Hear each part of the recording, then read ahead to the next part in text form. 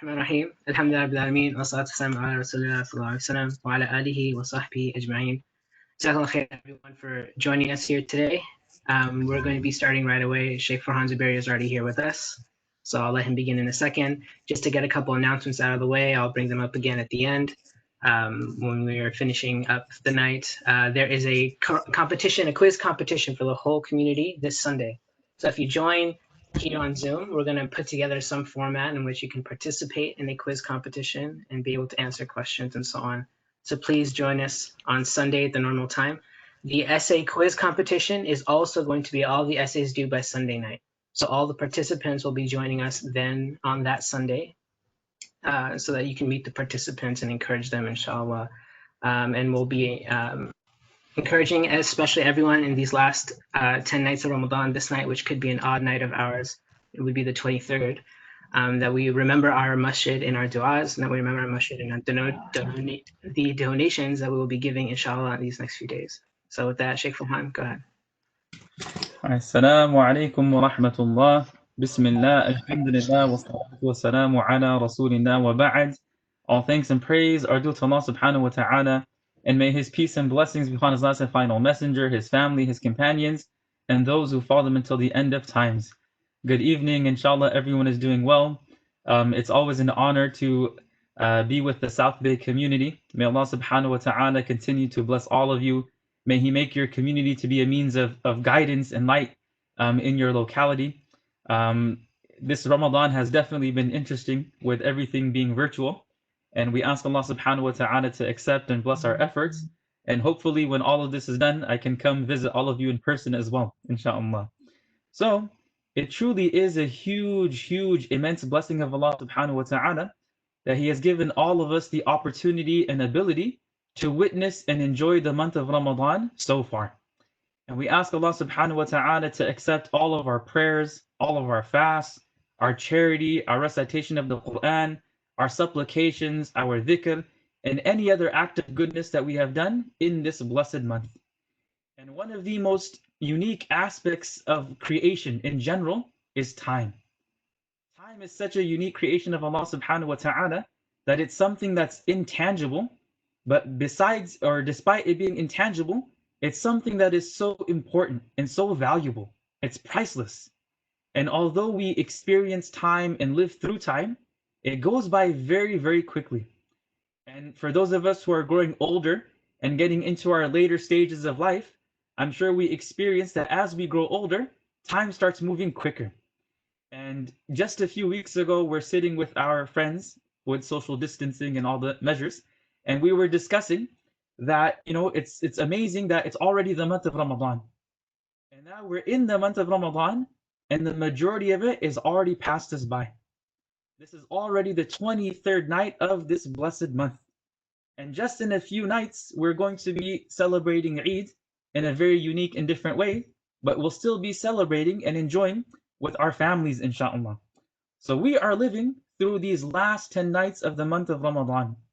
And this month, we shouldn't forget, is something that is extremely special. It's something that's unique. It's something that is extremely honored. That in this month, Allah subhanahu wa ta'ala gave us opportunities that don't exist at any other time of the year. This is the month in which Allah subhanahu wa ta'ala revealed the Quran upon the heart of the Prophet sallallahu alaihi wasallam. This is the month where we're fasting and praying and giving charity. The month of taqwa, the month of patience. The month where all of us are trying our best to get closer to Allah subhanahu wa ta'ala. At the beginning of this month, all of the gates were opened. All of the gates of hellfire were closed, and the devils were chained up. This is the month in which the odor of a person who's fasting, right? Their breath is more beloved to Allah subhanahu wa ta'ala than the fragrance of musk. And this is the month in which Allah subhanahu wa ta'ala established a special connection between Himself and us. And this month is now coming to an end very quickly. But alhamdulillah, we are people of optimism. We are not pessimists. We don't have these regrets and remorses. We're always looking forward and looking towards opportunity. So in these last few nights that are left, These are some of the most special and unique nights of the entire year. And that's one of the reasons why we cannot let these next few nights just pass us by. That our activities and our schedules and whatever we're doing in these last few nights of Ramadan, it has to be different than the first 21 or 22 nights that have already passed. That things should be totally and completely different. That these nights have to be unique because we know that one of these nights could be Laylatul Qadr. And usually we translate Laylatul Qadr as the night of power. That is one aspect of it. Some people, they translate it as the night of glory, the night of power, the night of decree, and all of these could be possible meanings. Laylatul Qadr, it is the most precious, the most valuable, the most virtuous night of the entire year. Allah subhanahu wa ta'ala, in His infinite wisdom, He created this universe and He created time, and He created time in different units and measurements. We have seconds, minutes, hours, days, weeks, months, and years. And out of these units of time, the absolute most special, most unique, most blessed night is the night of Laylatul Qadr. And this night is so unique and so special that Allah subhanahu wa ta'ala revealed an entire chapter of the Quran that talks about this particular night. That every single verse in this surah, it highlights some unique aspect of Laylatul Qadr. So Allah subhanahu wa ta'ala, He gives us a description of this night and He explains some of the unique blessings and virtues associated with it. And again, as I mentioned earlier, the reason why this night is so unique and so special and so blessed and virtuous is because this is the night on which Allah subhanahu wa ta'ala revealed the Quran. Inna anzalnahu fi laylatil qadr.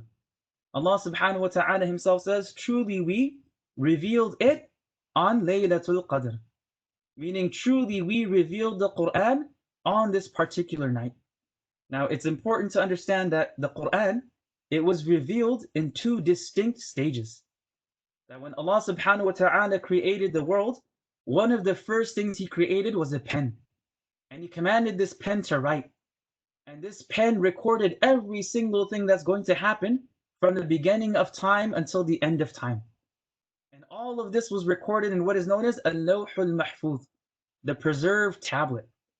And part of what was recorded on this preserved tablet is the noble Quran, the divine speech of Allah subhanahu wa ta'ala. So on Laylatul Qadr, in the month of Ramadan, Allah subhanahu wa ta'ala revealed the Quran from this preserved tablet to the lower heavens of this world, a place called Baytul Izzah, the house of honor. So as human beings, we have the Kaaba as the house of Allah subhanahu wa ta'ala, as a place of worship. The angels in the heavens, they have something known as Baytul Izzah, the house of honor where they go and worship. So the Quran was sent down all at once from the preserved tablet to this lower heaven on Laylatul Qadr. And then from there it was revealed to the Prophet ﷺ over a period of 23 years gradually. And the first revelation he received was also on Laylatul Qadr, in the month of Ramadan.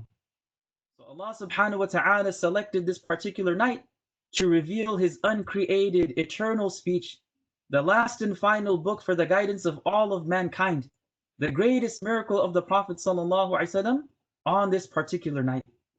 And this is the night where Jibreel alayhi salam came and appeared before the Prophet ﷺ in the cave of Hira and told him, Iqra, that read, recite. And the Prophet ﷺ said, Ma ana biqari, that I don't know how to read. And that famous incident took place. This is the night where those first words of the Quran were revealed.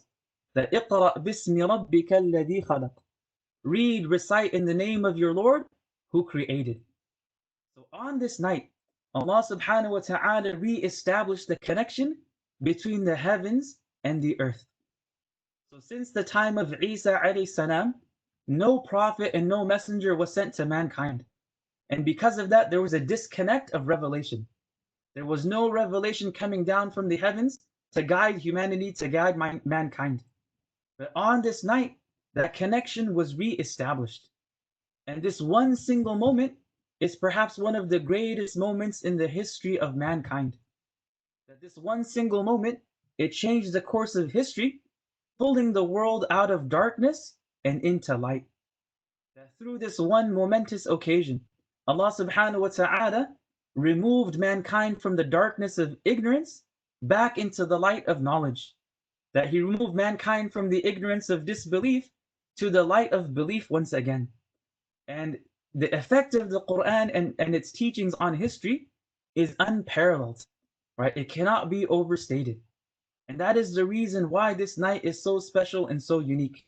And Allah subhanahu wa ta'ala, in order to give us an idea of its magnitude, in order to give us an idea of how valuable it is, He asks us this rhetorical question. وَمَا أَدْرَاكَ مَا لَيْلَةُ الْقَدْرِ. What will make you know what the night of power is? Right? What do you really know about Laylatul Qadr? So to help us as human beings understand and grasp the greatness and the importance and significance of this night, Allah subhanahu wa ta'ala poses this rhetorical question. And essentially what Allah subhanahu wa ta'ala is saying is that it's not possible for us to fully comprehend or grasp the true reality of this night. As human beings, we really can't wrap our minds around the greatness of this one particular night. So in order to give us a slight understanding, Allah subhanahu wa ta'ala says, Laylatul Qadri khayrun min alfi shahr. That the night of power, Laylatul Qadr, is better than 1,000 months. And one of the meanings of that is that any act of worship that we perform on this particular night, it's equal to doing that act for 1,000 months. And that is something absolutely amazing just to think about. That every extra prayer I perform, it's being multiplied by 1,000 months. Right? Every verse of the Quran, every word of the Quran I recite, it's like I recited it for 1,000 months. Any charity that I give on this night, it's like I give charity for 1,000 months. And that is something that is absolutely mind-boggling. You know, some of the scholars, they calculated what 1,000 months comes out to be, and it's like 83 years and 4 months. So this shows us that Laylatul Qadr is actually more blessed than multiple lifetimes. Because even if Allah subhanahu wa ta'ala were to allow us to live until the age of 84, the amount of time in that lifespan that we spent in worship would be far less than that. Like, how much time do we actually spend in worship every single day? At the bare minimum, inshallah, we're praying 5 times a day. And the amount it takes to pray 5 times a day is not much. Maybe an hour max. For a lot of people, it's a lot less than that. Right? So on this one night, we are going to be praying, and the reward for it is for praying for 83 years and 4 months. And that is something that should create excitement. It's supposed to create this zeal, this enthusiasm, this energy of wanting to catch the virtue of this night. And then Allah subhanahu wa ta'ala gives us another aspect of the blessings of this night in order to increase our appreciation for it. He tells us, تَنَزَّلُ الْمَلَائِكَةُ وَالرُّوحُ فِيهَا بِإِذْنِ رَبِّهِمْ مِنْ كُلِّ أَمْرٍ. Therein descend the angels and Ar-Ruh, which is Jibreel alayhi salam, by Allah's permission with all decrees. So on this night, a large group of angels, along with Jibreel alayhi salam, they come down to the earth with innumerable, unimaginable blessings and mercy. Anas radiallahu anhu narrates that the Prophet sallallahu alayhi wasallam said, when Laylatul Qadr occurs, Jibreel descends to the earth with a large number of angels, and all of them pray for the servant of Allah, man or woman, who is busy in salah or dhikr, to be blessed by Allah. So basically, Jibreel alayhi salam comes down with this large group of angels, and any individual, any believer, male or female, that is engaged in worship, whether it's prayer, whether it's dua, whether it's dhikr, whether it's recitation of the Quran, they make dua and supplicate for that individual. That, oh Allah, bless so-and-so, oh Allah, bless so-and-so. And they bring with them these immense blessings and mercy from Allah, along with the divine decrees for the following year. So the divine decrees are issued, the appointed time for everything is fixed, and blessings are appointed. Salamun hiya hatta matla'il fajr. And peace until the appearance of dawn. And what that means is Laylatul Qadr is a night that is full of peace, tranquility, serenity, calmness, security, and safety from any type of harm, difficulties, or hardships. It could also mean that the angels send their peace and blessings upon those who are busy in worship until dawn. Others said it means that the entire night is goodness. There's no evil until the break of dawn. And this night is so special that the Prophet ﷺ told us, من قام ليلة القدر إيمانا واحتسابا غفر له ما تقدم من ذنبه. That whoever stands on the night of power in prayer with iman, belief in Allah and His Messenger and the last day, واحتسابا, hoping, expecting for reward, غفر له ما تقدم من ذنبه. Then all of their previous sins will be forgiven. Just by virtue of us praying on this night. As long as we have iman and we're hoping, we're expecting reward from Allah subhanahu wa ta'ala, then all of our previous sins will be wiped away. They will be forgiven. And that's why we find that the Prophet sallallahu alaihi wasallam, he put more effort in these last 10 nights than he did at any other time of the year. The Prophet sallallahu alaihi wasallam himself was the absolute most grateful servant of Allah subhanahu wa ta'ala. He had the most taqwa. He was the most pious. He performed the most essential, important acts of worship. He was the closest human being to Allah subhanahu wa ta'ala. But in these last 10 nights, he would put extra effort. He would struggle even harder. He would make sure he did extra acts of worship.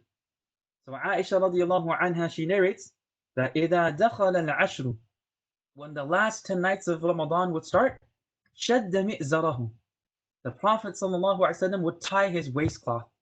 وَأَحْيَا لَيْلَهُ, and he would give life to the night. وَأَيْقَظَ أَهْلَهُ, and he would wake up his family. So in this hadith, Aisha radiallahu anha is telling us about 3 distinct things that the Prophet ﷺ did in these last 10 nights of Ramadan. Number 1, شَدَّ مِئْزَرَهُ, he tied his waistcloth. And one of the meanings of that is similar to like rolling up your sleeves. Like rolling up your sleeves and getting ready to put in work. Getting ready to put in hard work and effort. So it's like saying he rolled up his sleeves to get to work. So similarly, these last 10 nights, or it's not 10 anymore, we're already on the 23rd night, right? These last few nights of Ramadan that we have left, it's time for us to roll up our sleeves and really get to work. The second thing, وَأَحْيَا لَيْلَهُ, he gave life to the night. And what that means, he actually spent the entire night in worship. The normal habit of the Prophet ﷺ is that he would spend a portion of the night in prayer and he would spend a portion of the night sleeping. But in these last 10 nights of Ramadan, he would spend the entire night engaged in worship.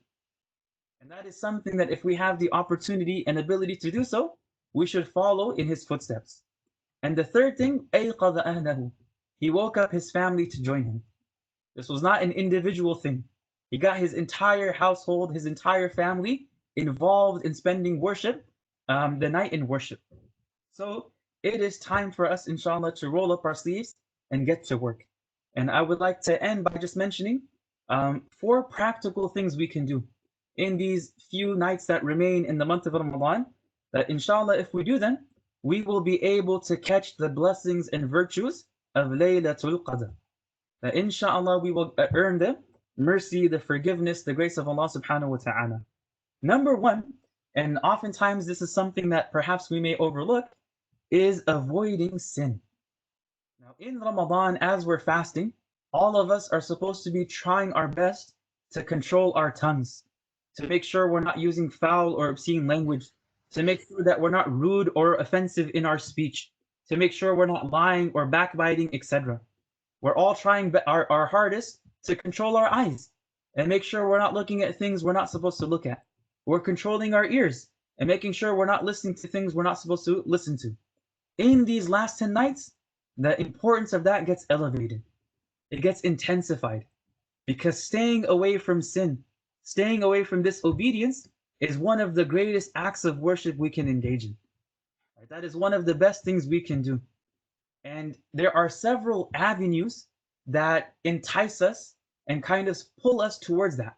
So in these last 10 nights, we should try our best to close off all those avenues. So just like we have been fasting for the past 22 days now, let's make a concerted effort that in these last 10 nights, we are going to do a media fast as well. That we are to ourselves that we're not going to watch any TV, we're not going to watch any movies, no news, no social media, whatever it is, just for these last 10 nights. So we can take advantage of them in the best way possible. Number two, Quran.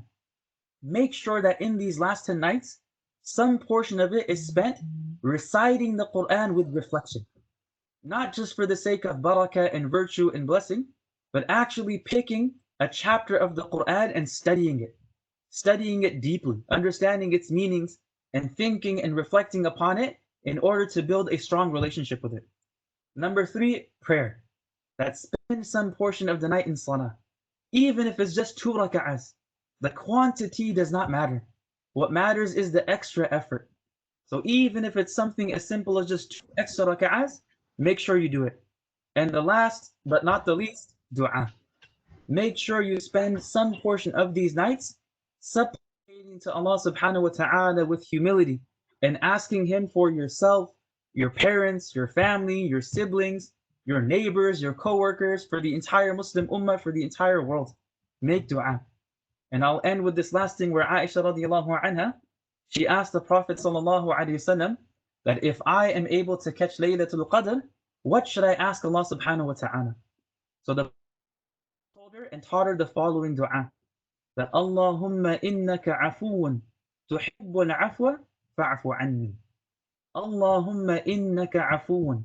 Oh Allah, you are pardon. You are the epitome of pardon. Right? Tuhibbul afwa. And you love to pardon. Fa'fu anni. So pardon me. Forgive me, bless me. And this is a dua that we should recite often and frequently these last 10 nights. And if we're able to recite it on Laylatul Qadr, it's like we made that dua for 1,000 months. So we ask Allah subhanahu wa ta'ala to give all of us the tawfiq, the ability to catch this particular night.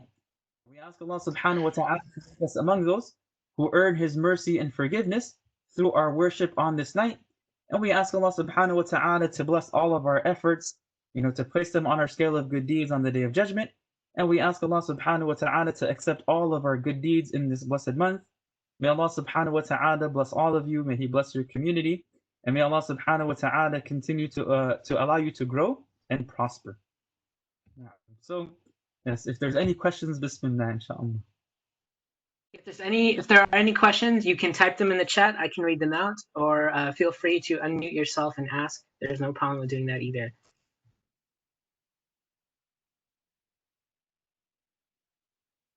Sheikh, I had a question actually. Mm-hmm. In the hadith where it says the one who stands the night of Laylatul Qadr, imanan wa ihtisaban, I always thought that there has to be some significance in that you also have to be seeking the reward of it when you're standing there. Like, it's not just that you're standing with iman, but you have to be seeking the reward of it. Do you know is there any wisdom in that, or have any scholars mentioned anything about that? Yeah, so a lot of scholars mention that the seeking of reward is another way of saying that you're standing with sincerity. That you're standing in prayer with your iman, and that's why you're standing. But you're standing there with sincerity, like you're doing it solely for the sake of Allah subhanahu wa ta'ala. And other explanations is that part of our relationship with Allah is to have good expectations of Him and good thoughts of Him. So as we're standing in prayer, it shouldn't be like, I hope Allah accepts this. It should be like, no, I have full confidence that this act of mine is being accepted by Allah, and that Allah subhanahu wa ta'ala sees it and I'll be rewarded. Okay, nice and sweet. Jazakallah khair. Inshallah. If there's anything else, please, while the Sheikh is here, let's take advantage of it. Hopefully we get to see Sheikh more often. Inshallah. If there's nothing else, Jazakallah khair and Sheikh Farhan, we will move forward with our tafsir students for the night. So thank you again on behalf of our community for joining us. Jazakallah khair. Inshallah. Assalamu alaikum wa rahmatullahi wa barakatuh. we have three of our students tonight from the Quran Academy, three of our older students, inshallah. So I'll ask that they can unmute themselves and turn on their cameras. And Qari Anas, whenever he's ready, is going to be introducing them. Jazakallah khairan, Shaykh. الحمد لله والصلاة والسلام على أشرف خلق الله محمد بن عبد الله وعلى آله وأصحابه ومن والاه ومن استنى بسنته واقتفى أثره واتبع هداه إلى يوم الدين وبعد. First of all, I would agree with Sheikh Farhan Zubairi about the blessings of the last 10 days of Ramadan. They are the days of barakah. They are the days that Allah subhanahu wa ta'ala will protect all of us from the hellfire, as An-Nabi alayhi salatu wasalam mentioned that in the hadith. So remind my community, I would like to remind all of you, respected brothers and sisters and respected elders, that do not wait until the night of the 27th. The Prophet said, like, التمسوها في العشر الأواخر من رمضان. Look for it in the last 10 days of Ramadan, which is the odd night. Could be tonight. Tonight is odd night.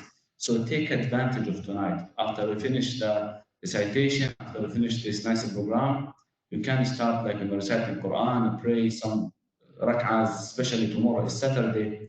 Everybody has off tomorrow. So take advantage of it. Allah subhanahu wa ta'ala will force people to accept, Allah will force people to... Sheikh, if I can interrupt you for a sec, there's an echo because you're using the mic there. Is there a way you can switch that one off and then when the recitation comes, switch it back? So can you hear me like this? Yes, that's much clearer. So Allah subhanahu wa ta'ala wants the khair and the benefits for his servant, for his people. So tomorrow is a big chance for all of you guys, my sisters too, to take advantage. Tonight could be like, Laylatul Qadr, could be like, after tomorrow, could be like, on Tuesday, could be like, on Thursday. So, but do not like, do not put yourself in risk. Do not like, take the chance. Instead, take advantage of this chance. Don't guess, could be tonight, could be tomorrow, could be, no.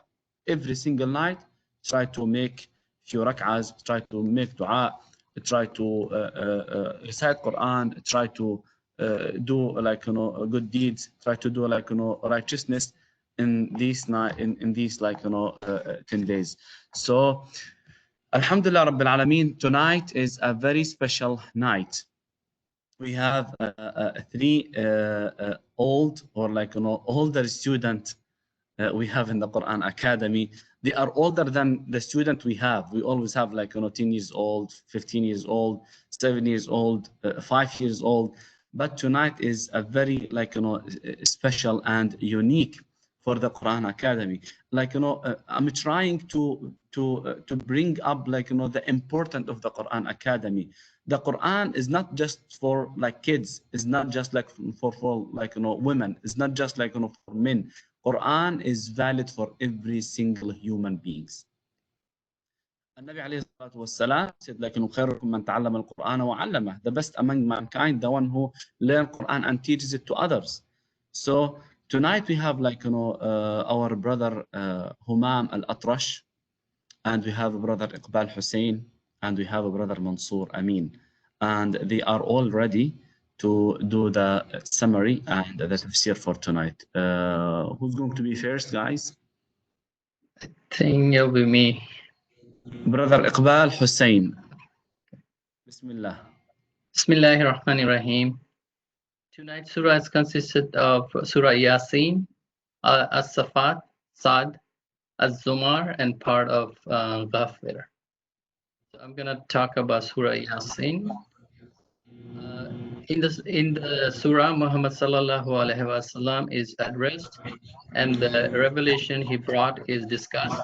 The abbreviated letters Ya and Sin are generally accepted as a title of the Holy Prophet sallallahu alaihi wasallam. The surah is considered to be the heart of Quran because of three aspects. Number one, it concerns the central figure in the teaching of Islam. It discussed teaching of revelation, and it discussed the hereafter. The surah was revealed in the middle or early Meccan period. Because of surah refers to the hereafter, this surah is read when offering prayer for a Muslim who has died. The Quran was revealed to Muhammad sallallahu alaihi wasallam, a revelation from Allah subhanahu wa ta'ala. The Quran is full of wisdom for those who follow the straight path. To the disbeliever, it matters not whether you warn them or not, because they will not believe. Only those who follow Allah subhanahu wa ta'ala's message and fear Him unseen will gain guidance. The parable of people of the city is given when Allah subhanahu wa ta'ala sent 2 apostles to them and people rejected them. So Allah subhanahu wa ta'ala sent the 3rd apostle to strengthen the 2 others, but the people rejected them with usual excuses. The apostles replied, "Our duty is only to announce the clear message." The people accused the apostles of bringing ill luck on them and threatened to punish them. Then a man from the furthest end of the city came to them running and asked them to obey the apostles. He was a true believer and was promised a great reward from Allah subhanahu wa ta'ala. The people refused to listen. Allah subhanahu wa ta'ala wiped them out with a terrible explosion. Look at Allah subhanahu wa ta'ala's signs around you. They all bear witness of Allah subhanahu wa ta'ala. The earth that dies and revives, the plentiful food and water, the creation of life in pairs, the night and day, the sun and the moon, following their orbits by Allah subhanahu wa ta'ala's law, and ships that sail gracefully on the water for men's use. From these signs, believe in Allah subhanahu wa ta'ala. The rejectors will be destroyed when they least expect a misfortune to touch them. On one day of judgment, on the day of judgment, the good will be pleased. The sinners will suffer a horrible punishment.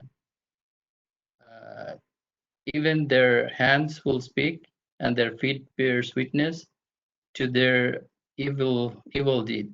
Revelation and nature teach man for his own good in the hereafter. Praise Allah and glorify Allah subhanahu wa ta'ala. And next, I think Brother Imam will talk about Brother Iqbal Hussein, Jazakallah khair for the nice presentation you gave for tonight. Brother Iqbal, you started in the Quran Academy maybe 4 years ago. And you finished the Quran once in the Quran Academy, and you enrolled yourself again in the Quran Academy. The question that maybe it forced itself, what is the importance of the Quran in your life? You finished the Quran once, but why you came back and you enrolled yourself to learn more? What is the importance of the Quran? I think I wanna learn it, go into more deep, because the first time I think I just went through the motion of finishing up. Now I had to step back and go through the Quran again and learn even tajbid even better and try to understand what I'm reading. I re-enroll. MashaAllah. May Allah subhanahu wa ta'ala accept your effort, and may Allah subhanahu wa ta'ala bless you and family. Just so you know, for the community, that Brother Iqbal Hussein, one of the pillar we have in the Quran Academy, we have in the Islamic Center of South Bay. He works a lot. He's volunteering his time for the sake of Allah subhanahu wa ta'ala, and his wife and his 2 daughters, mashallah, they finished the Quran, the whole Quran recitation in the Quran Academy too. So the whole family, mashallah, finished the Quran recitation in the Quran Academy. We ask Allah subhanahu wa ta'ala to protect them and accept from them. إنه لذلك والقادر عليه. Jazakallah khair, Brother Iqbal Hussein, inshallah. We'll see you inshallah again. Thank you so much. So who's Brother Humam? Bismillah. Assalamu alaikum wa rahmatullahi wa barakatuh. Can you hear me? Yes, inshallah. Yeah. Sorry, my laptop crashed a few minutes ago. Hopefully it goes smooth this time. No, it's good, mashallah. We can see your nice face, mashallah. Lots of nur coming from your side. Astaghfirullah. Okay, get started. Bismillah. Bismillah ar-Rahman ar-Rahim. So first we're going to talk about Surah As-Saffat. Throughout the heavens and the earth, the conflict between good and evil has continued. Allah subhanahu wa ta'ala has preserved the lower heaven and guarded it against all stubborn, rebellious shayateen. On the earth, Allah subhanahu wa ta'ala's revelation and messengers fought and defeated evil. Evil and good will finally be sorted out on the day of judgment when good will conquer evil. Peace and victory came to Sayyidina Nuh, Ibrahim, Musa, Harun, Ilyasin, and Lut alayhim salam in their conflict with evil. When Yunus alayhi salam was swallowed by a whale, he glorified and made dhikr to Allah subhanahu wa ta'ala, and he admitted, his unjust choice from within the belly of the whale, and Allah subhanahu wa ta'ala resolved his ordeal. After all the dhikr, he said, لا إله إلا أنت سبحانك إني كنت من الظالمين. And Allah subhanahu wa ta'ala, responded to him and resolved his ordeal and granted him safety and victory. The whale cast him forth on the shore. Later, he preached to more than 100,000 people who became believers. Allah subhanahu wa ta'ala and his prophets and allies are always victorious. And then we move to Surah Sad. And subhanAllah, I love Surah Sad. It's like one of those surah that is like extremely musical, and it has like own kind of like Arabic, sentence formulation. So, for example, like when I listen to it by Sheikh Al-Ghamidi, is wonderful.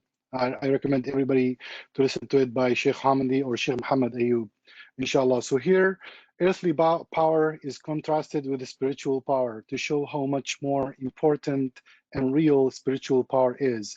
For this reason, Sayyidina Dawood and Sulaiman alayhim salam are taken as example to prove this point, because both were kings and prophet. The proud unbelievers are surprised when Allah subhanahu wa ta'ala's truth is brought to them by a messenger, and they rejected it. Sayyidina Dawood alayhi salam is a strong man and a powerful king. He's strong, like Allah subhanahu wa ta'ala says in the Quran, alanna lahu hadid. Like he made like metal almost like liquid in his hand. He can shape it and he can create armory for his army and for his soldiers. So Sayyidina Dawood is a strong man and a powerful king, and he always praised Allah subhanahu wa ta'ala. So Allah subhanahu wa ta'ala strengthened Dawood's kingdom. As we know, like in the Bible, he's called like King David, gave him wisdom and sound judgment in speech and decision. And then his son, Sayyidina Sulaiman alayhi salam, had control over jinns. So in the Quran, Allah subhanahu wa ta'ala said, they built, structures for him. They used to do like, some of them were like ghawasin, they were like divers. They go to the ocean and extract, some jewels and build, tamathil, like, some statues for him. So he had control over jinns, birds. So whenever he said he make tasbih, the birds and mountain, they also like, it's almost like they echo after him, and they do tasbih, and wind. He can control the wind and the direction and strength of the wind. But he always prayed to Allah subhanahu wa ta'ala for help and forgiveness. He never used his powers to achieve a wrong purpose. Sayyidina Ayyub alayhi salam chose to be patient while he suffered through illness and loss of his family members. Allah subhanahu wa ta'ala therefore rewarded him. Had he been impatient, bitter, or complained to people, Allah subhanahu wa ta'ala would have been displeased with him. SubhanAllah, they say that, he suffered for more than 10 years and he never complained, and then he said, La ilaha illa anta subhanaka inni kuntu min al-zalimin. I'm sorry, he said, Rabbi inni massani ad-durr wa anta arhamur rahimin. He didn't attribute dur or harm to Allah subhanahu wa ta'ala. He said, harm just inflicted me, and I'm seeking your mercy. And Allah subhanahu wa ta'ala, he gave him a cure and recovery, and they also say that he restored his lost family members, or replaced with family members with even like a better family. So Allah subhanahu wa ta'ala helped them recover, and through his patience and dua, Allah subhanahu wa ta'ala put him in a much better position. And then other messengers it shows the path of final bliss rather than final misery. So, for example, our father and Prophet Adam alayhi salam's story is retold to prove that the shaitan is our sworn enemy. Evil arose from pride and rebellion. So, subhanallah, like the first racist is Iblis. When Allah subhanahu wa ta'ala created Adam from dirt, and he ordered all the angels to prostrate to Sayyidina Adam, he refused. He said, أنا خير منه خلقتني من نار وخلقته من طين. You created me out of fire and created him out of tin. So subhanallah, all the racists in these days are following the example of shaitan, whereas Allah subhanahu wa ta'ala, for him the best is who is better in taqwa. So evil is arose from the shaitan being racist and rebelled against the command of Allah subhanahu wa ta'ala to prostrate to Adam. And it's worth noteworthy that Allah subhanahu wa ta'ala, even though he created Adam from dirt, he only commanded the angels and Iblis to prostrate to him only after he blew into him from his ruh. وَنَفَخْنَا فِيهِ مِنْ رُوحِنَا. But it can never, so evil arose from pride and rebellion, but it can never harm Allah subhanahu wa ta'ala's true servant.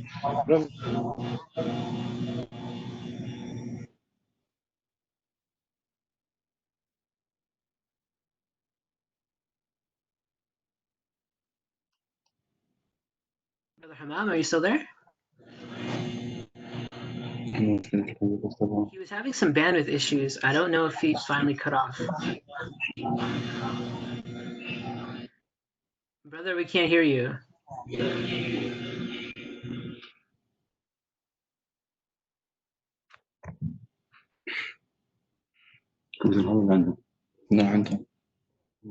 Sorry, it looks like I dropped. I didn't know if I went through the whole thing and and I was like, wow, disconnected. I didn't realize I was disconnected. It was only for a few seconds. Oh, okay, good. Yeah. So where should I do you know where I stopped, or it should be good? Literally, you just cut for like 10 seconds only. Okay, awesome. Yeah, I think that I'm done with my section. So thank you guys very much. Pleasure to be here with you. Brother Human, Jazakallah khair for the nice presentation. But the question that, mashallah, you are a father for 3 children, and you have a very nice and very polite commitment with the Quran Academy. So you drive almost like an hour and a half every time to get to Masjid. You live in Irvine and you come to South Bay, maybe sometimes twice a week, sometimes once a week. So is it worth for you? Is it worth it to come to Masjid, to drive hour and a half to learn Quran, while you have maybe lots of shaykh in that area to learn from? Yeah, I just a small correction. It's about like an hour, 50 minutes to an hour. It's even if it was like 2 hours, it would have been like totally worth it. SubhanAllah, I love Quran since I was kid. Get like busy with life and education and work, and then it has always been in my mind. I want to go back, and SubhanAllah, at this point in my life, I'm definitely dedicating my time and energy to learn and اقرأ Quran. Sheikh Khalid, your respected father. I love the Quran. I love Ahlul Quran, the people of Quran. SubhanAllah, it has a huge place in my heart. I love reading it. I love listening to it. I love the meaning, and I think that it's like one of the top things that you can worship and get close to Allah subhanahu wa ta'ala is to recite his words and understand them and try to live them and work as much as you can in your life. But brother Humam, what is the right age to learn Quran? Aren't you too old to learn Quran? I'm sorry to say that to you. Yeah. I don't think there is any right age. I think that as long as you can read and you can recite. Mashallah, you have 3 children, you are too busy with them, you have something else to do. You have maybe work, you have wife, you have lots of commitment in your life, but aren't you too old to learn Quran in this time while you have lots of in your life? I don't know if you guys can hear me because looks like I'm having a problem with the WebEx client. Okay, good. No, I think that like at the end of the day, like everything is gonna go, right? Like you're gonna go to the grave, like your family is gonna leave you behind, your work, you're gonna be left behind. You're not gonna be regretful for missing work. You're gonna be regretful for missing Quran, and Quran is gonna be the light in your grave, and is gonna be your literally your elevator in Judgment Day. In Judgment Day, you will be asked to recite the Quran, and your rank, within Jannah stops at the last verse you memorize. So like for me, I want to memorize the whole Quran so that I can go the whole distance up, inshallah. And I'm really hopeful that everybody is not perfect and commits sin, and I really hope that Quran will be like one of my shufa'a. He's gonna be my interceder in the day of judgment. Like if God forbid, like my bad deeds outweighed my good deeds, I hope inshallah Quran will come and intercede and take me out of potential kind of like hellfire punishment to Jannah inshallah. Ameen ya Rabbal Alameen. We ask Allah subhanahu wa ta'ala to make you among righteous people and among Huffaz. Inshallah ya Rab. Ameen. Jazakallah khair, Thank brother. you. Jazakallah khair. Thank you for your effort. Inshallah, next we're going to Inshallah. have brother Mansoor. Bismillah. Bismillahirrahmanirrahim. Assalamu alaikum wa rahmatullahi wa barakatuh. My name is Mansoor Amin, and today I'm going to be going over Surah Az-Zumar. As rainwater causes plants of various colors to grow, so does the great variety in creation point to one Lord, the real sustainer. Pray to him only because there is none like him. Obey him as nature obeys his laws, otherwise you will lose. In his creation we can see evidence of his care for us. How can a man who believes in Allah subhanahu wa ta'ala be like a man who rejects the truth? The believer follows Allah subhanahu wa ta'ala's beautiful message, remains humble, and praises Allah subhanahu wa ta'ala. Remember the day of judgment when all your deeds will be brought to account. The guidance has been given. He that receives guidance benefits his own soul, but he that strays injures his own soul. Even in our daily activity of sleep, there are signs for those who think. Allah subhanahu wa ta'ala takes away a man's soul at the time of his death and during his sleep. He keeps back the soul of a person on whom he has passed the sentence of death, whereas he sends back the soul to the body of a person he wants to let live. This should make us all think how close we come to death whenever we sleep. He should prepare for death accordingly whenever he sleeps. It is wrong to call on any helper beside Allah subhanahu wa ta'ala. Nothing can prevent Allah subhanahu wa ta'ala's punishment from reaching you when it comes. Be thankful to Allah subhanahu wa ta'ala at all times. Do not despair of Allah subhanahu wa ta'ala's mercy at any time. Ask Him for forgiveness. Pray His penalty comes on to you.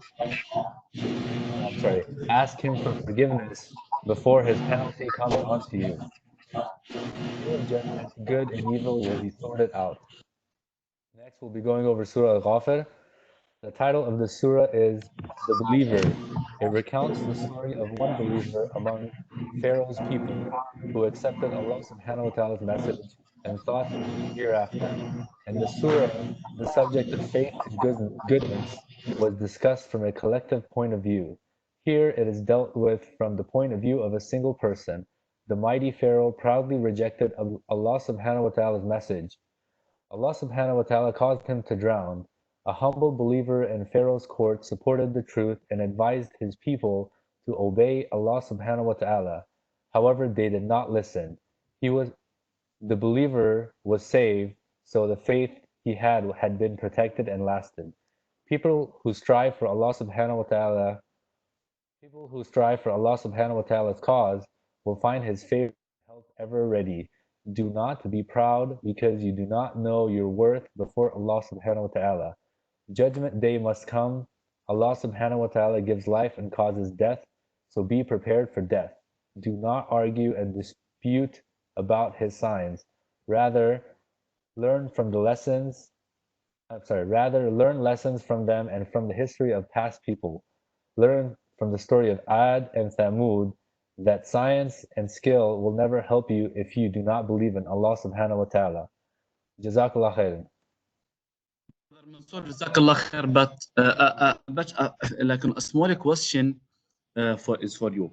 So I know how busy you are, and you work like you have lots of projects and you have to make them ready like within like a certain amount of time, and like you don't have like lots of free time in your life.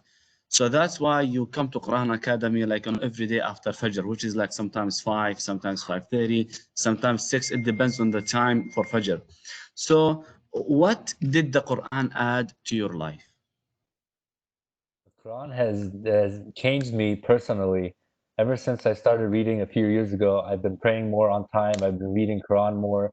I've changed a lot personally, and I feel like it's all thanks to my friend who introduced it to me, and thanks to you, Sheikh Anas, and your father, for basically helping me along this path of trying to succeed now in learning and memorizing the Quran. Whereas I have the job and I have everything that you need in this life. So now I'm trying to work towards my hereafter, and so that's why I'm here at the Quran Academy. MashaAllah, that's very nice. You come to Quran Academy every day after Fajr. So I offered you to come after Dhuhr or after Asr or after Maghrib. You said like, I can't do it except after Fajr. That means like, MashaAllah, you have lots of love. And like, people will think maybe like, what do you think if you sleep like another 30, 40 minutes to be like, power, to have like, power during your work? Like, is it worth it to come after Fajr instead of like, having like, 40, 30 minutes like, of sleeping? I feel like the days, so I know sometimes I miss the days, and I apologize for that. But for the days that I do it, I am able to come at Fajr time. I feel I'm more awake at work, meaning starting off my day with the Quran, with you and your father and your brother. I'm able to be more awake, be more, what's it called? I'm able to work at a better Barakah. pace. Have Yes. barakah in your life. So when you MashaAllah. start your day off like that, I feel like it's definitely worthwhile. Jazakallah khair, Brother Mansoor. May Allah bless your kids, inshallah, and your wife, and inshallah to grant you Jannat al-Firdaus and give you the best of this dunya. Thank you so much, guys. And I think Brother Rehan has maybe something to say. Yes, just want to end with some few announcements. So one thing that we've been reminding everyone is this coming Sunday we have 2 events. First of all, the essay competition. All of the essays from all the students will be due Sunday night, inshallah.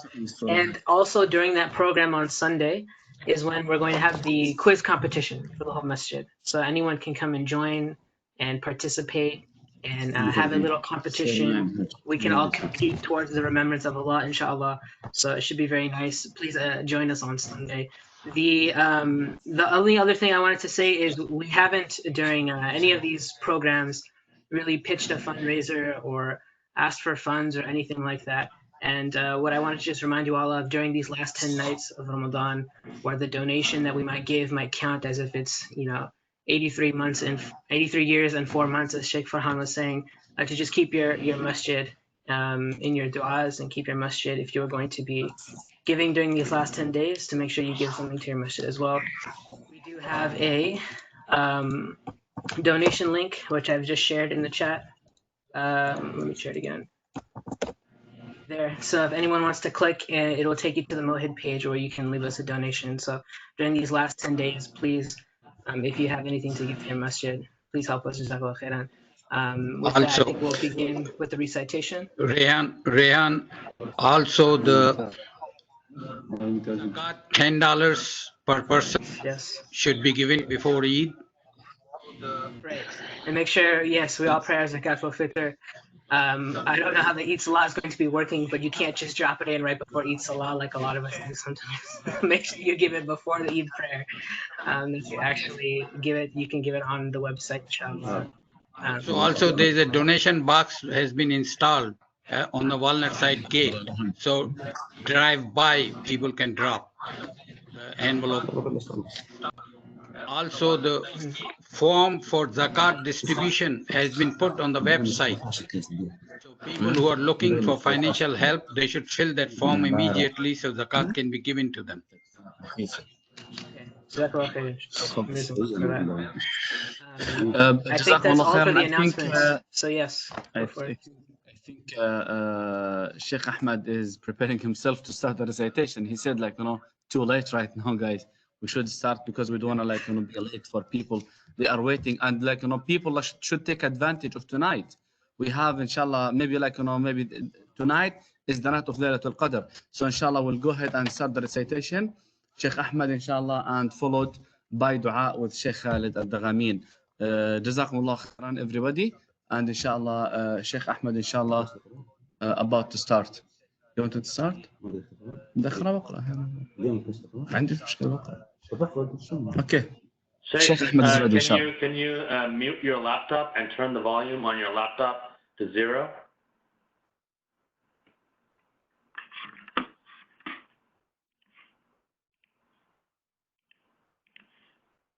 How is it? Can you hear me? Yes. Yes. Okay, let me turn down the volume here. So how is it right now? We can hear you. We're good. Clearly, inshallah, Brother Mirza, are you okay? Yes. Excellent. Very good. Excellent. Go ahead.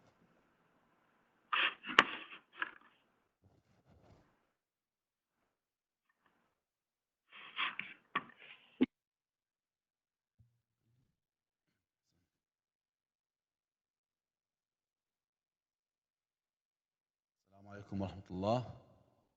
Wa alaikum assalam. Could we remove the videos to increase the bandwidth? Inshallah, we're going to start, inshallah, from Surah Al-Zumar, Surah number 39.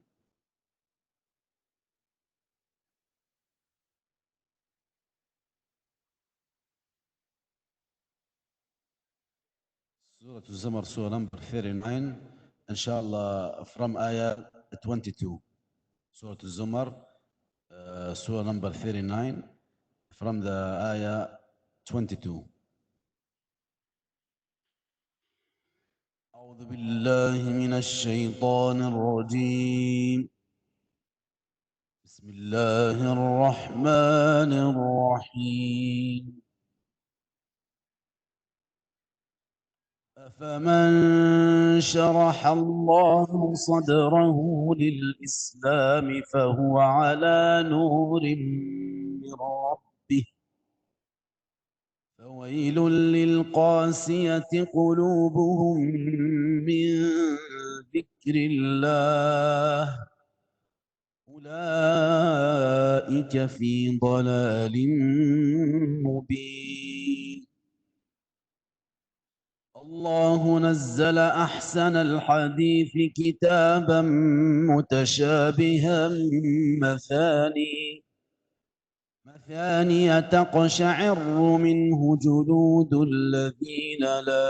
جلود الذين يخشون ربهم ثم تلين جلودهم وقلوبهم إلى ذكر الله ذلك هدى الله يهدي به من يشاء ومن يضلل الله فما له من هاد أفمن يتقي بوجهه سوء العذاب يوم القيامة وقيل للظالمين ذوقوا ما كنتم تكسبون كذب الذين من قبلهم فأتاهم العذاب من حيث لا يشعرون فأذاقهم الله الخزي في الحياة الدنيا ولعذاب الآخرة أكبر لو كانوا يعلمون ولقد ضربنا للناس في هذا القرآن من كل مثل لعلهم يتذكرون قرآنا عربيا غير ذي عوج لعلهم يتقون ضرب الله مثلا رجلا فيه شركاء متشاكسون ورجلا سلما لرجل هل يستويان مثلا الحمد لله بل أكثرهم لا يعلمون إنك ميت وإنهم ميتون ثم إنكم يوم القيامة عند ربكم تختصمون فمن أظلم ممن كذب على الله والصدق إذ جاءه أليس في جهنم مثوى للكافرين والذي جاء بالصدق وبه أولئك هم المتقون لهم ما يشاءون عند ربهم ذلك جزاء المحسنين ليكفر الله عنهم أسوأ الذي عملوا ويجزيهم أجرهم بأحسن الذي كانوا يعملون أليس الله بكاف عبده ويخوفونك بالذين من دونه ومن يضلل الله فما له من هاد ومن يهد الله فما له من مضل أليس الله بعزيز ذي انتقام ولئن سألتهم من خلق السماوات والأرض ليقولن الله قل أفرأيتم ما تدعون من دون الله إن أرادني الله بضر هل هن كاشفات ضره أو أرادني برحمة هل هن ممسكات رحمته قل حسبي الله عليه يتوكل المتوكلون قل يا قوم اعملوا على مكانتكم إني عامل فسوف تعلمون من يأتيه عذاب يخزيه ويحل عليه عذاب مقيم إنا أنزلنا عليك الكتاب للناس بالحق فمن اهتدى فلنفسه ومن ضل فإنما يضل عليها وما أنت عليهم بوكيل الله يتوفى الأنفس حين موتها والتي لم تمت في منامها فيمسك التي قضى عليها الموت ويرسل الأخرى إلى أجل مسمى إن في ذلك لآيات لقوم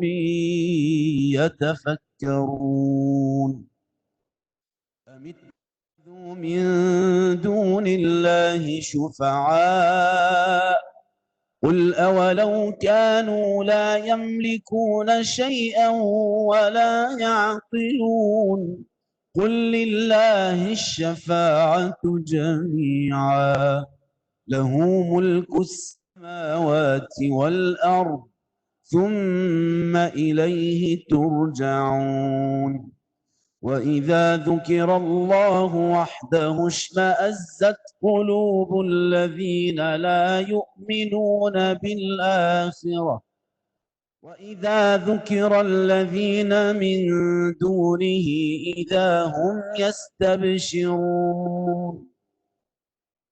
قل اللهم فاطر السماوات والأرض عالم الغيب والشهادة أنت تحكم بين عبادك فيما كانوا فيه يختلفون ولو أن للذين ظلموا ما في الأرض جميعا ومثله معه لافتدوا به من سوء العذاب يوم القيامة وبدا لهم من الله ما لم يكونوا يحتسبون وبدا لهم سيئات ما كسبوا وحاق بهم ما كانوا به يستهزئون فإذا مس الإنسان ضر دعانا ثم إذا خولناه نعمة منا قال إنما أوتيته على علم بل هي فتنة ولكن أكثرهم لا يعلمون قد قالها الذين من قبلهم فما أغنى عنهم ما كانوا يكسبون فأصابهم سيئات ما كسبوا والذين ظلموا من هؤلاء سيصيبهم سيئات ما كسبوا وما هم بمعجزين أولم يعلموا أن الله يبسط الرزق لمن يشاء ويقدر إن في ذلك لآيات لقوم يؤمنون قل يا عبادي الذين أسرفوا على أنفسهم لا تقنطوا من رحمة الله إن الله يغفر الذنوب جميعا إنه هو الغفور الرحيم أنيبوا إلى ربكم وأسلموا له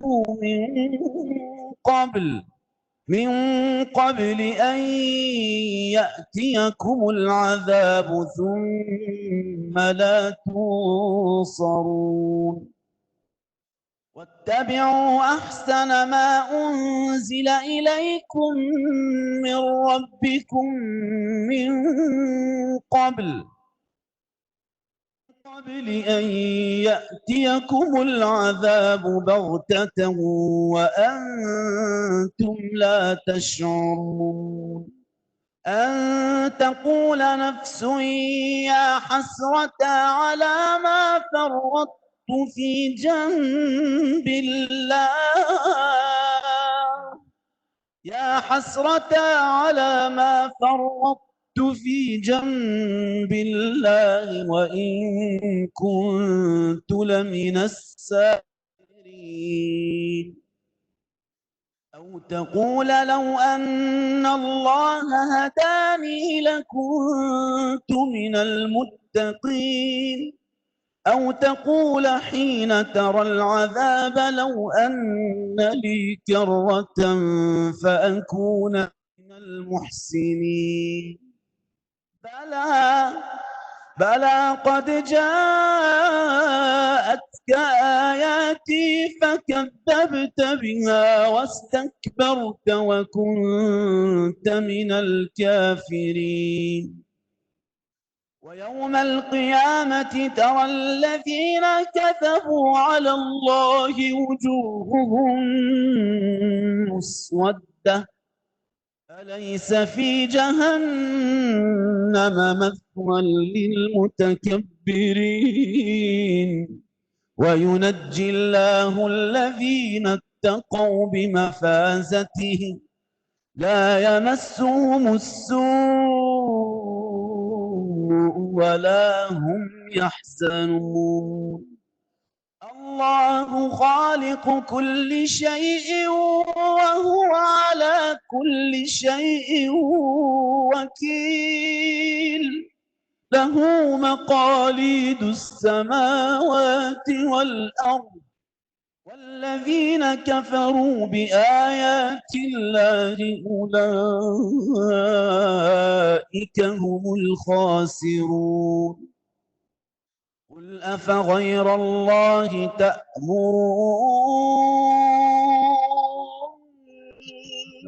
أعبد أيها الجاهلون ولقد أوحي إليك وإلى الذين من قبلك لئن أشركت ليحبطن عملك ولتكونن من الخاسرين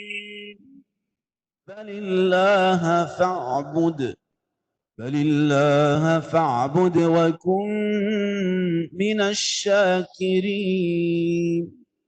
وما قدروا الله حق قدره والأرض جميعا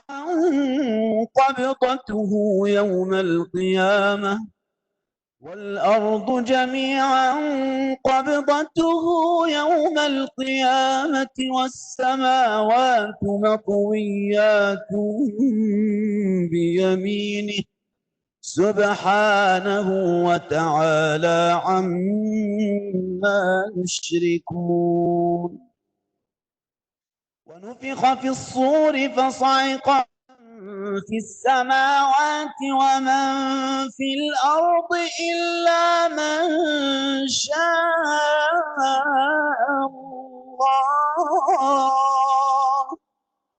ثم نفخ فيه أخرى فإذا هم قيام ينظرون وأشرقت الأرض بنور ربها ووضع الكتاب وجيء بالنبيين والشهداء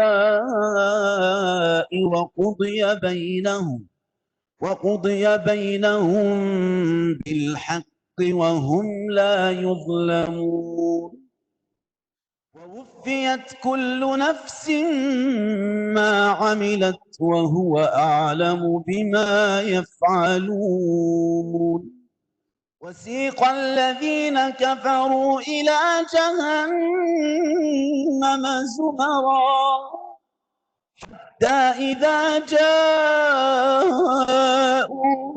فتحت أبوابها وقال لهم خزنتها ألم يأتكم رسل منكم يتلون عليكم آيات ربكم وينذرونكم لقاء يومكم هذا قالوا بلى ولكن حقت كلمة العذاب على الكافرين قيل ادخلوا أبواب جهنم خالدين فيها فبئس مثوى المتكبرين وسيق الذين اتقوا ربهم إلى الجنة زمرا حتى إذا جاءوها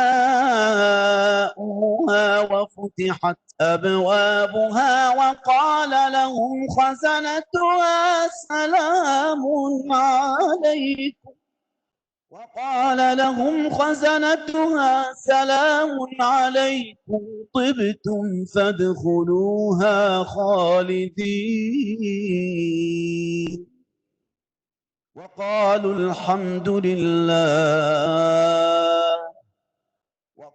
الحمد لله الذي صدقنا وعده وأورثنا الأرض نتبوأ من الجنة حيث نشاء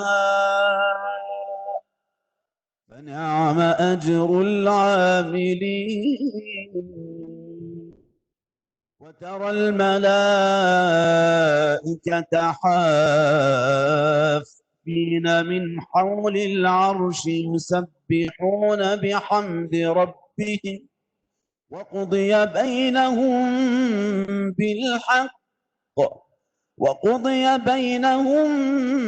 بالحق وقيل الحمد لله رب العالمين.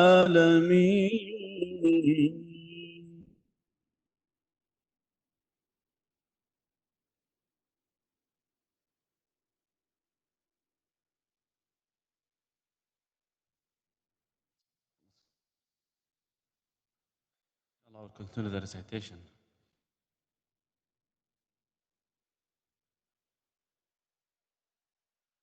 أعوذ بالله من الشيطان الرجيم.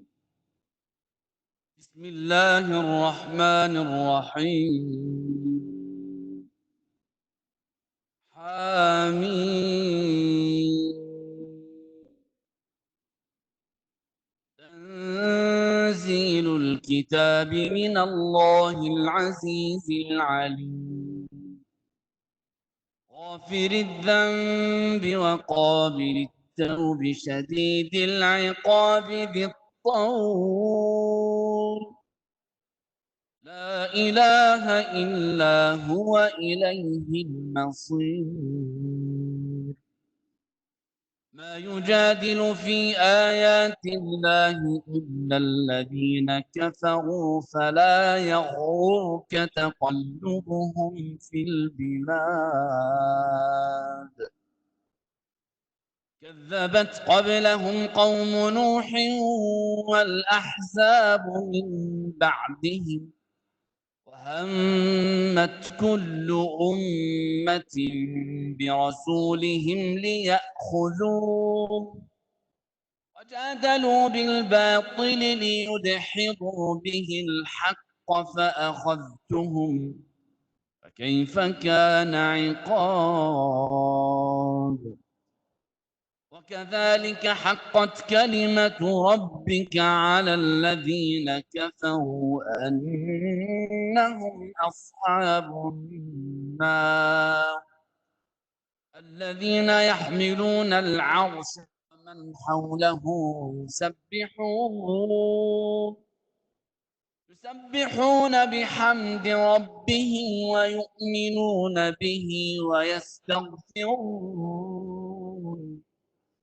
ويستغفرون للذين آمنوا ربنا وسعت كل شيء رحمة وعلما فاغفر للذين تابوا واتبعوا سبيلك وقهم عذاب الجحيم.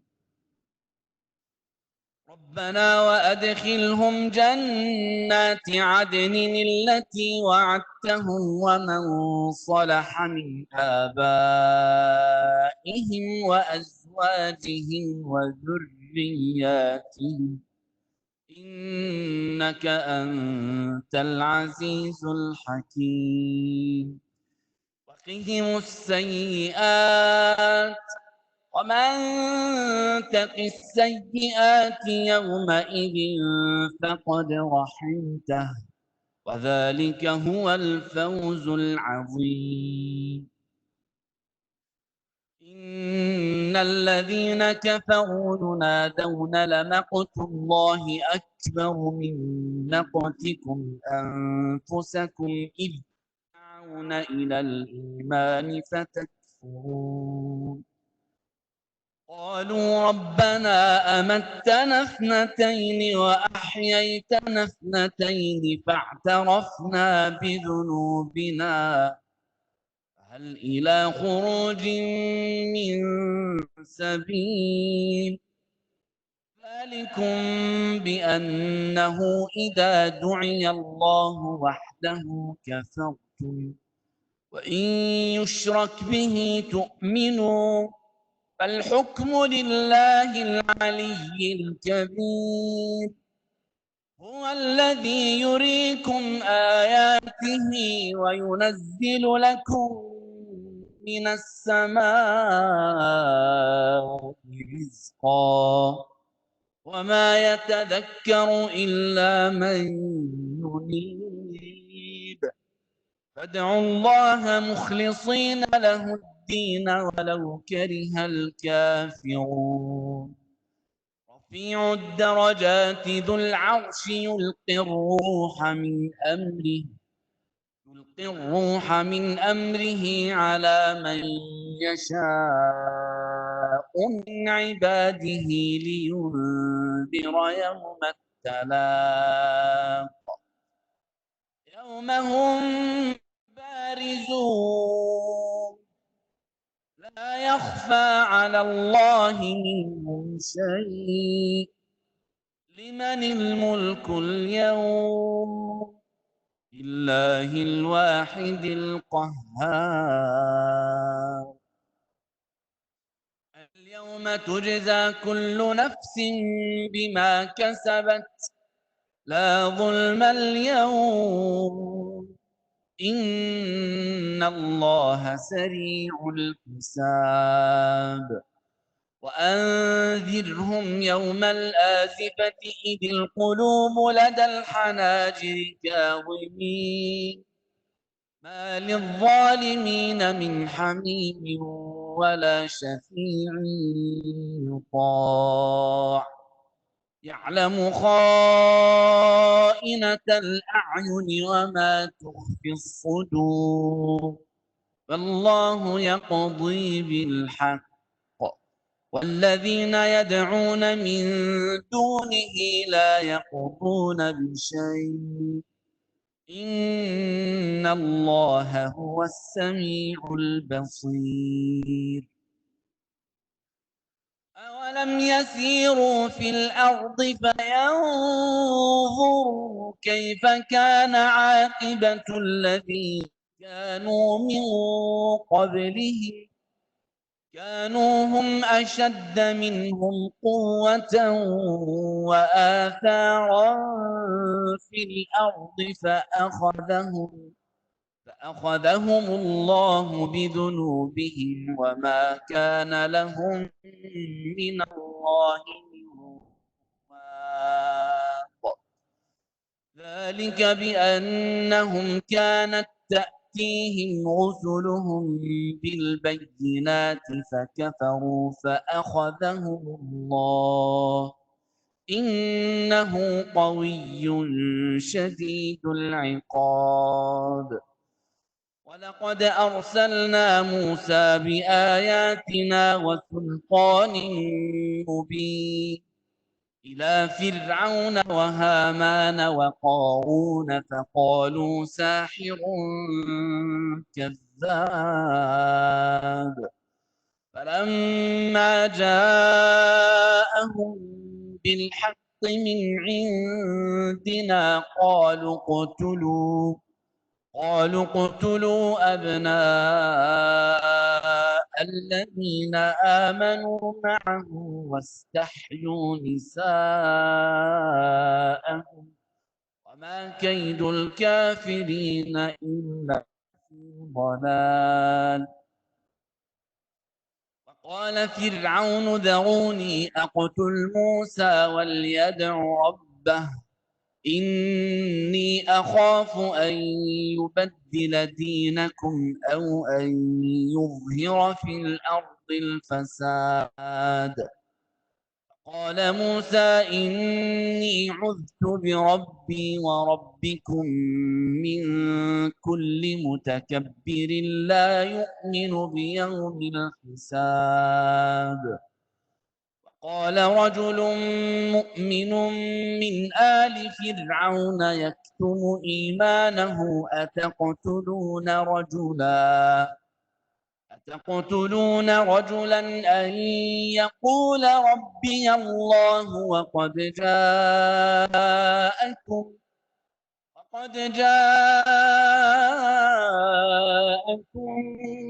بالبينات من ربكم وإن يك كاذبا فعليه كذبه وإن يك صادقا يصبكم بعض الذي يعدكم إن الله لا يهدي من هو مسرف كذاب يا قوم لكم الملك اليوم ظاهرين في الأرض فمن ينصرنا من بأس الله إن جاءنا قال فرعون ما أريكم إلا ما أرى وما أهديكم إلا سبيل الرشاد فقال الذي آمن يا قوم إني أخاف عليكم مثل يوم الأحزاب مثل دأب قوم نوح وعاد وثمود والذين من بعده وما الله يريد ظلما للعباد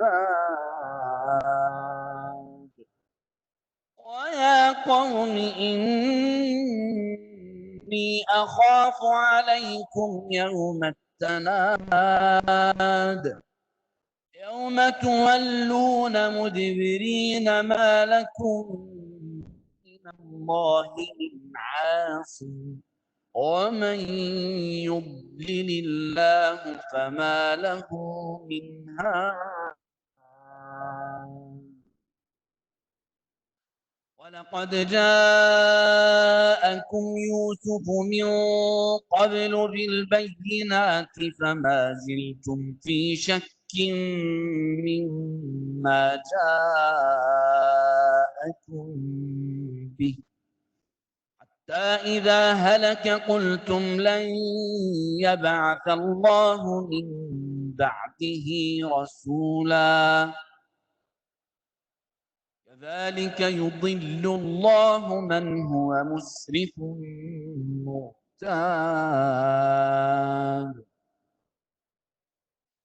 الذين يجادلون في آيات الله بغير سلطان أتاهم كبر مقتا عند الله وعند الذين آمنوا كذلك يطبع الله على كل قلب متكبر جبار وقال فرعون يا هامان ابن لي صرحا لعلي أبلغ أسباب السماوات فأطلع إلى إله موسى وإني لأظنه كاذبا وكذلك زين لفرعون سوء عمله وصد عن السبيل وما كيد فرعون إلا في تباب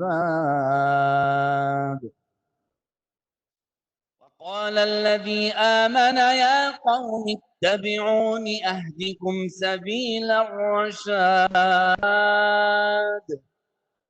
يا قوم إنما هذه الحياة الدنيا متاع يا قوم إنما هذه الحياة الدنيا متاع وإن الآخرة هي دار القرار عمل سيئة فلا يجزى إلا مثلها ومن عمل صالحا من ذكر أو أنثى وهو مؤمن فأولئك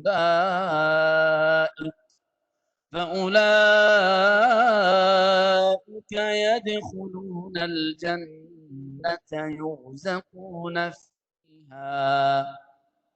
يرزقون فيها بغير حساب. صدق الله العظيم.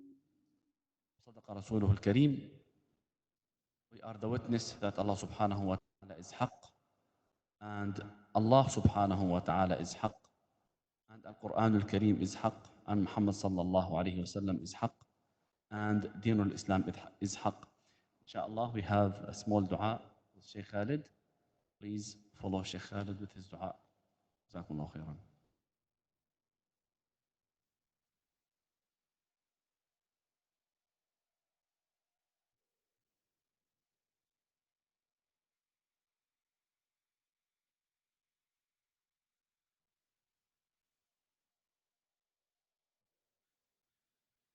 أعوذ بالله من الشيطان الرجيم. بسم الله الرحمن الرحيم. اللهم صل وسلم وبارك على سيدنا محمد في الأولين. اللهم صل وسلم وبارك على سيدنا محمد في الآخرين. اللهم صل وسلم وبارك على سيدنا محمد في الملأ الأعلى إلى كل حين يا رب العالمين. اللهم يا حي يا قيوم برحمتك نستغيث. اللهم اهدنا فيمن هديت، وعافنا فيمن عافيت، وتولنا فيمن توليت، وبارك لنا فيما أعطيت، وقنا واصرف عنا شر ما قضيت. إنك يا مولانا تقضي بالحق ولا يقضى عليك، إنه لا يعز من عاديت ولا يذل من واليت، تباركت ربنا وتعاليت. نستغفرك اللهم من جميع الذنوب والخطايا ونتوب إليك، ونؤمن بك ونتوكل عليك. اللهم يا واصل المنقطعين أوصلنا إليك، وهب لنا عملا صالحا يقربنا إليك. اللهم لا منجا ولا منجا منك إلا إليك. اللهم لا تدع لنا في ليلتنا هذه ذنبا إلا غفرته، ولا هما إلا فرجته، ولا دينا إلا قضيته، ولا مريضا إلا شفيته، ولا مبتلا إلا عافيته، ولا ضالا إلا هديته، ولا غائبا إلا رددته، ولا مظلوما إلا نصرته، ولا أسيرا إلا فككته، ولا ميتا إلا رحمته، ولا حاجة لنا فيها صلاح ولك فيها رضا إلا قضيتها يا رب العالمين. اللهم أظلنا تحت ظل عرشك يوم لا ظل إلا ظلك، واسقنا من حوض نبيك محمد صلى الله عليه وسلم شربة لا نظمأ بعدها يا رب العالمين. اللهم تقبل منا إنك أنت السميع العليم، وتب علينا إنك أنت التواب الرحيم. اللهم تقبل منا صلاتنا وصيامنا وركوعنا وقيامنا. اللهم اجعل أعمالنا خالصة لوجهك الكريم. اللهم اجعلنا من المرحومين من أمة سيدنا محمد. يا حي يا قيوم برحمتك نستغيث. اللهم لا تطيل علينا أيام المحن والبلاء، واكفنا شر الوباء، وأخرجنا من هذا الداء. اللهم ارفع عنا الأمراض والغلاء، وأنزل على عبادك الرحمة والسكينة والأمن والشفاء. اللهم ادفع عنا الجوع والجذب والعرى، واكشف عنا البلاء، واكشف عنا من البلاء ما لا يكشفه غيرك. ربنا آتنا في الدنيا حسنة وفي الآخرة حسنة وقنا عذاب النار. اللهم إنا نسألك رضاك والجنة ونعوذ بك من سخطك والنار. صل اللهم وسلم وبارك على سيدنا محمد وعلى آله وأصحابه أجمعين. اللهم يا عفو يا غفور اعف عنا. اللهم يا عفو يا غفور اعف عنا يا كريم. اللهم إنك عفو كريم تحب العفو فاعف عنا. اللهم اعف عن أمة سيدنا محمد في هذه الأيام الفضيلة برحمتك وبلطفك يا أكرم الأكرمين. وآخر دعوانا أن الحمد لله رب العالمين.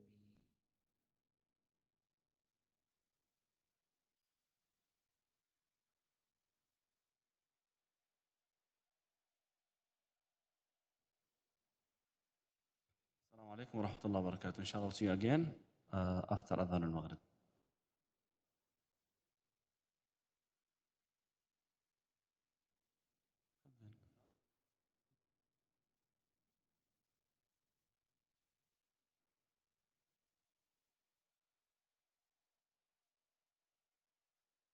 الله أكبر الله أكبر الله أكبر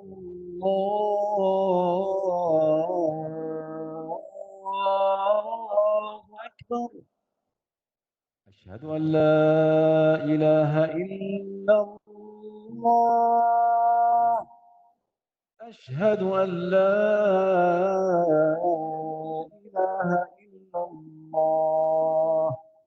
أشهد أن محمدا رسول الله. أشهد أن محمدا رسول الله.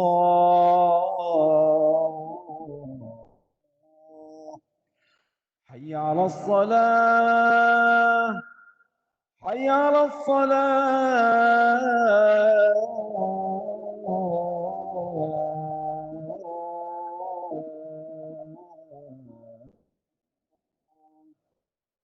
حي على الفلاح